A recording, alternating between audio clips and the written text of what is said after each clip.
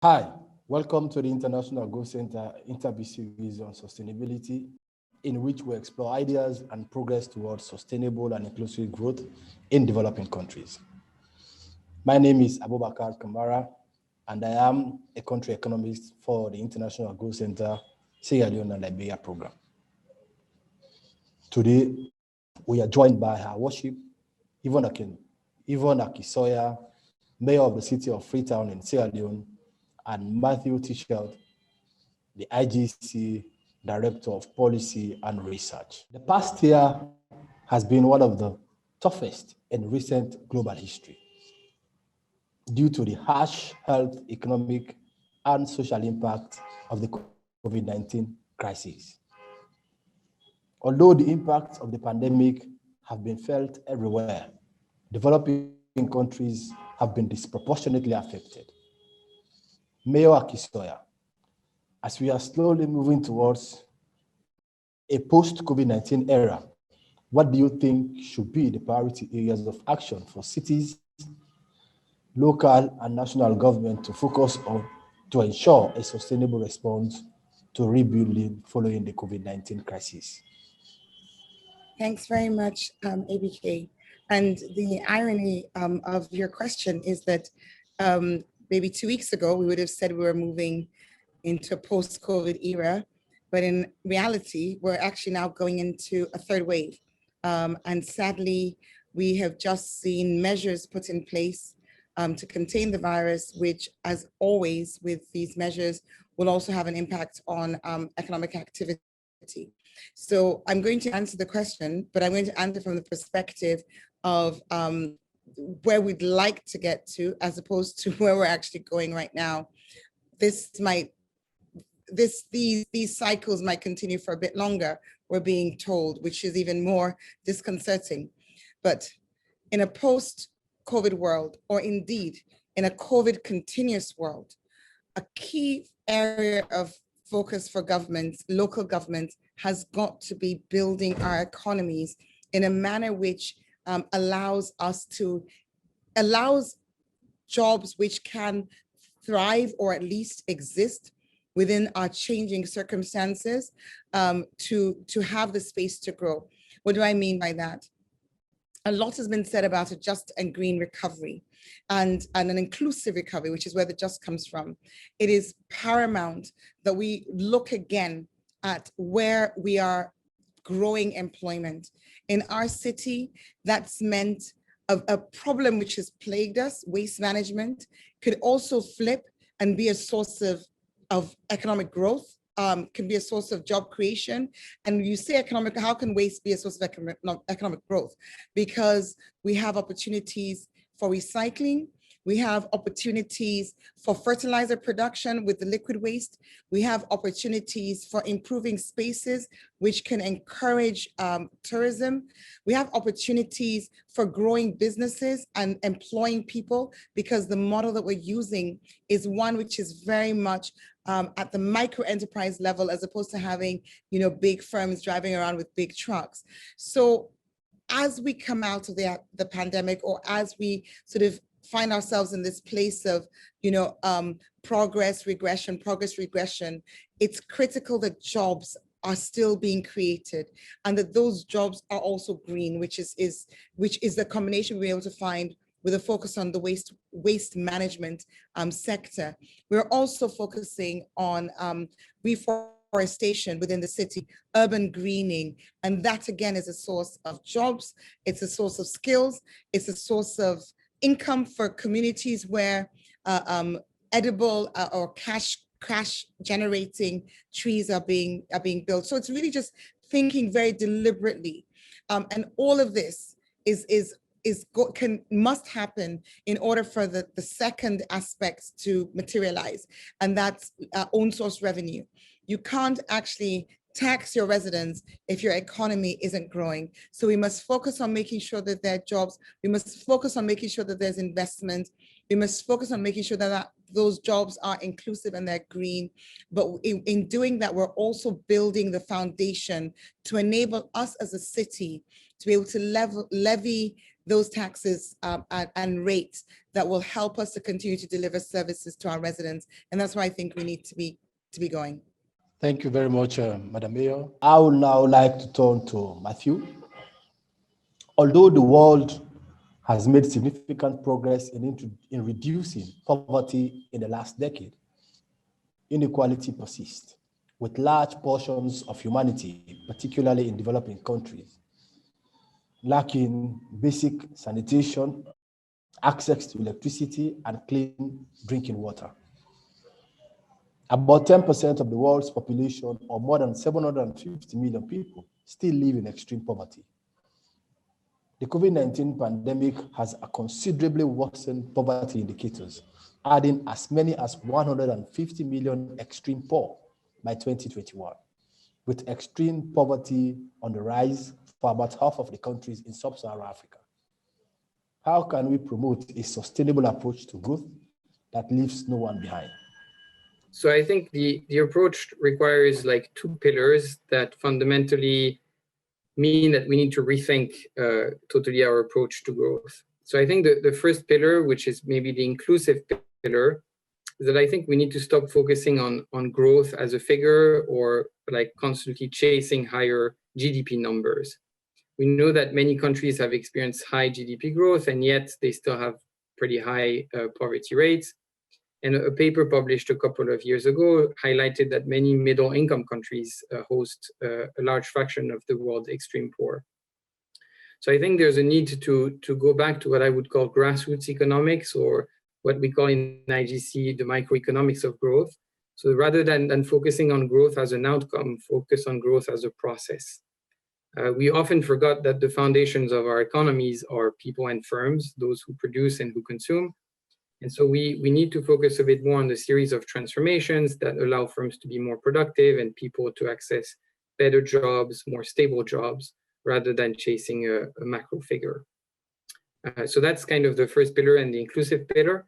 And the second is I think we've considered in the past growth and what economists call the externalities from growth, as that is the impact that growth has on our health, on our environment, on our economies, economic opportunities today or in the future, as being two distinct things. And I think we need to consider taking a more holistic approach to the environment and to growth. So of course, we all know that climate change will have a dire impact on many countries across the world, with droughts, storms, floodings being more and more recurrent. In low-income countries, people are much more vulnerable to climate change. If you don't have access to electricity, it's much more difficult to cope with high temperature or with storms. If you're working in subsistence agriculture, you'll be much more impacted by a drought than if you work in a very mechanized agriculture or you have access to irrigation systems. So I think any growth strategy needs to take into account kind of the impact of climate change and in particular these vulnerabilities created by our climate and our environment. But we also need to think the other way around, how our growth today impacts our economic opportunities in the future. We often think about kind of climate change and global emissions, but low-income countries are only contributing just a drop. It's just a drop in an ocean. But there are many impacts at kind of the local level. We know that some of the most polluted cities in the world are in South Asia, in India, in Bangladesh, and Pakistan. We know, for example, that deforestation creates landslides, and landslides directly impact the lives of many people. So I think we really need to take a holistic approach into the environment and growth. And I think it's a land of opportunity still. In high-income countries, we need to reconstruct, reinvent, change our energy supply. And I think in many low-income countries, there's a lot that can be done because the process hasn't really started just yet. So for example, the energy supply needs to increase massively over the next decades. So that's much easier to invest in sustainable than trying to de-invest in fossil fuels and reinvest in renewable energies. Similarly, a lot of the labor force has not yet entered primary school, so there's a huge opportunity to provide the skills to people that will make them more resilient to changes to the economy or the damage that can be created by climate change over time. So I think these two pillars are very important, and but there's a huge land of opportunities to think about this approach. Climate action can help accelerate economic recovery and enhance social equity through the use of new technologies and the creation of new industries and new jobs. Mayor Aki-Sawyerr, what innovative solutions and local actions are needed to deliver a green and just recovery from the COVID-19 pandemic and address the climate crisis in cities and developing countries? The points Matthieu made just now are a really good starting point for what you've just asked me. There is a need, and we're seeing examples of that now. The bottom line is, where do we make investments going forward? It's got to be in sectors where those investments are contributing towards positive climate action, as opposed to contributing towards and increasing the climate crisis. So I made mention earlier on of urban greening, which is an important area of growth and which shouldn't be underestimated. We created, with just in the planting of moving towards our 1 million tree target, in the planting of the first 250 to 300,000 in the last rainy season, we created 500 jobs. Think about that being, amplified, nationally scaled up, and what that could mean for job creation. Those are direct jobs, but there are many indirect jobs. But an area of growth, a new area, would be, and a complementary one, would be clean cooking fuel technology. So we currently have a situation where 82% of cooking fuel used in our city is wood-based. So that's directly working against our urban greening. It's directly reducing the carbon sink. And in order for us to provide an alternative, that's a whole new sector that needs to expand. And with the expansion of that sector comes the creation of new jobs, and also opportunities for that again to be scaled and to move beyond the city. With another area is urban farming, which we've invested in recent times, providing support to 500 female-led households. So that's not just, again, to the point of equity, justice, and sort of providing a better future for the very poor. It's not just about ensuring that they have food on their tables, but it's also giving them the opportunity to sell that. So sell that food. I can't go on and talk about opportunities for ensuring that we build the right infrastructure for the future, without also mentioning the importance of the regulatory environment. And that's a challenge in many of our cities in sub-Saharan Africa, Freetown not being an exception. It's critical, absolutely critical, that urban management allows and facilitates the devolution of land use planning and building permits to the local authorities, because all the policies, or majority of policies, that we would want to put into place to ensure that green just recovery, to ensure that the jobs around clean cooking fuel are sustained, because there are actions being taken against timber logging and continued deforestation. In order for these things to happen, the regulatory environment needs to be in place.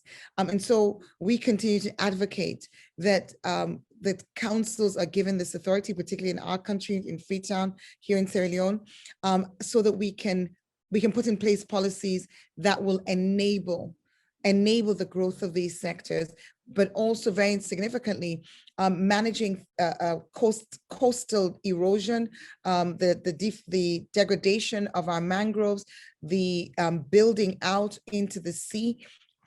There are so many levels at which what is happening within the context of urban sprawl, as opposed to really deliberately well-planned urban growth,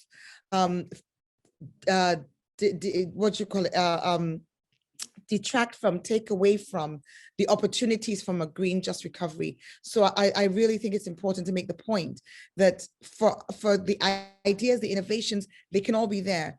But if you don't have the enabling environment, if you don't have the regulatory powers to control this, and also if you don't have access to financing, then these ideas aren't going to go very far. So as we look at a just green recovery, I would say it's important that we also look at devolution of particularly urban management functions, building permit, land use planning.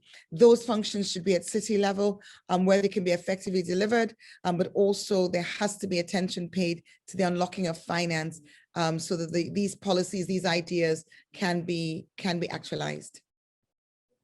Thank you, Mayor Aki-Sawyerr.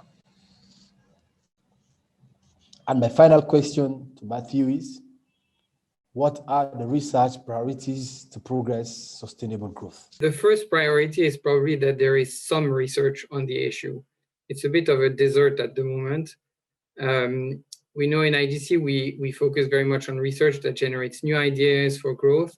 And there's only a handful of papers in the top journals in economics that deal with issues like climate change or the environment. And there are very few researchers also working on this issue, even if nowadays there are a lot of PhD students who really want to focus on this issue, and somehow this is very promising.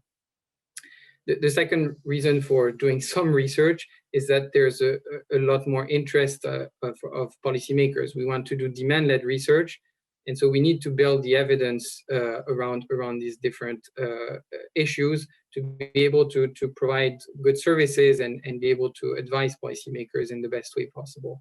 So I think the first priority is to get started and get some research on the issue.